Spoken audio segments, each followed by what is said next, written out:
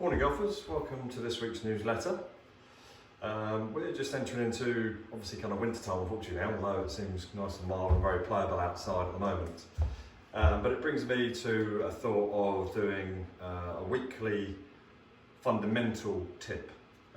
So, as we go into winter, there's not so many trophy competitions about at the clubs. At most it's kind of full bettable stuff. Stablefoods, competitions that aren't too precious to us, and there are quite a few of them about. So it really brings around a chance to improve the technique in those areas that maybe have caused you to plateau a little bit, or obviously gone backwards. Trying to work out why this year you maybe haven't improved as much as you'd like to, or why you went backwards. And generally when we look at things, positions in the golf swing that cause a slice, a hook, a fat, a top, inconsistencies between 3 good shots and 2 bad shots, it generally boils back to fundamentals in your setup, which then obviously causes problems within the golf swing. I always get told, or a quote sort of thrown at me is, well, how come I played 3 or 4 great holes and I played 2 or 3 horrendous holes? Well, that's when your compensations for these poor fundamentals break down, and your skill level, your energy level can't cope under that pressure to put them in the right place at the right time. And if you think, with your driver face, for example, you're going to be 2, 3, 4 degrees offline when you reach the ball at impact, to cause a ball that's maybe 20, 30, 40 yards offline from where you want it, which is getting into that kind of double bogey or worse area off the tee.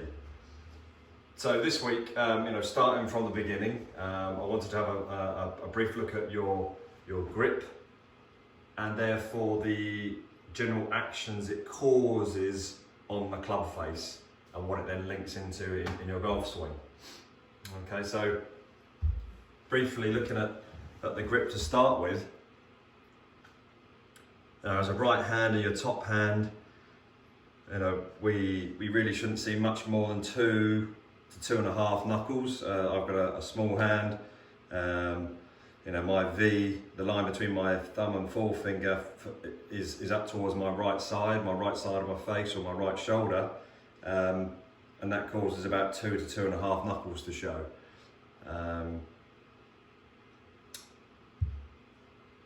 When I bring my right hand in, I use an overlap, whether you use an interlock, or an overlap, or baseball. Again, we want that line between the thumb and the forefinger, again up towards your right side of your face, right shoulder. Now you might be sitting there now thinking, yeah, I do that. Well, maybe worth checking, because when you're hitting balls yourself, and like I would each time I hit a shot, I'll quickly glance down at my grip and make sure it's in the right position. When we're fiddling about and so on, we all tend to move our grips, and I see that an awful lot in people that I teach. So either get someone to check it for you when you're about to take the club back, literally before you take the club back, or like I'm doing here, video yourself hitting some shots and see with your grip twitches about, and obviously maybe it's not as good as you think it is.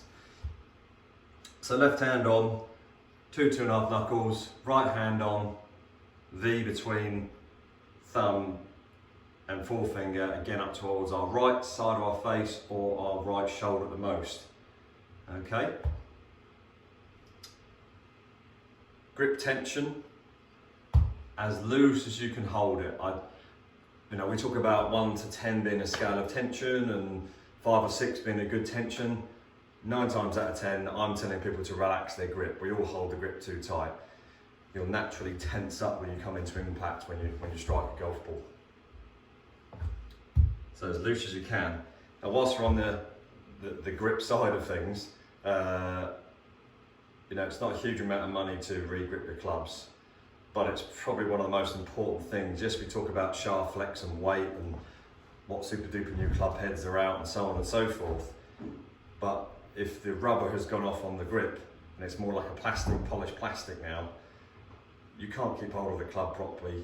You're going to have to grip tighter, and that's going to ruin your golf swing from the start. So maybe before we even start doing this, check your grips, make sure they're sitting in your hands correctly and they're not about to fall out through being overly warm.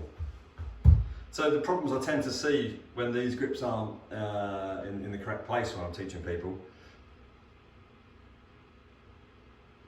when we go to what we call a weak grip, and that's called a weak grip because it tends to open the club face up during the swing. You know, we struggle to see any knuckles in the left hand, and the right hand, the line between the thumb and the forefinger is very much up at your chin, or left side of your chin, or left side of the face. Straight away, what tends to happen during the golf shot then is we have a weak grip, we hit shots to the right because of it, because the club face generally comes open. And then what tends to happen is we see people then double the problem by then starting to open up to allow for the fade. The shoulders get open. That then causes the swing path to swing off to the left of our target. And that swing path to the left then gives us clockwise spin, and we're off, slicing off to the right, not let alone just a shot to the right. When we go too much the other way, which I generally see more of, probably a 80-20 split between strong and too weak. So when we call it a strong grip, the club is, the grip is too far round. I can see 2-3 knuckles in my left hand. The V in between my thumb and forefinger on my right hand is way beneath my right shoulder. That brings that club back, pointing left naturally, unless we compensate in some way.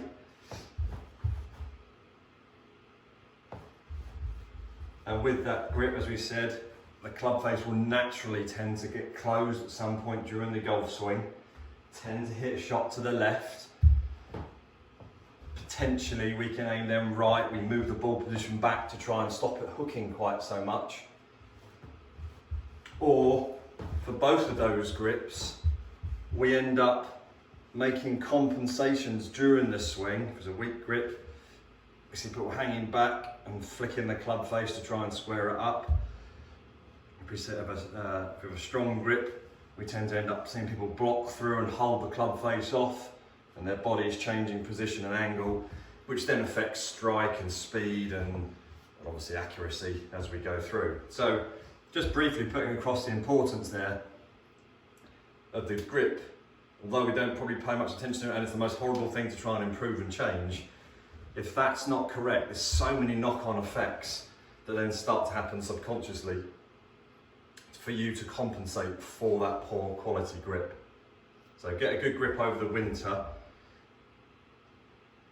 We're going to place that grip through the bottom of the fingers, callus pad on top, but I only want to see that line between your thumb and forefinger no further right than your right shoulder. And again, the same with the line between your thumb and forefinger. Don't want to see it past that right armpit. Generally between the face and the right shoulder is the area we want to see those lines pointing to. Because of the good grip, our club face then stays square during the swing. Yeah, it doesn't open or close too much.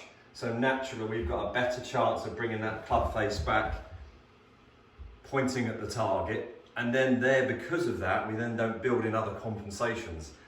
We can make sure, which we'll check on next, that our alignment is correct, our ball position is correct.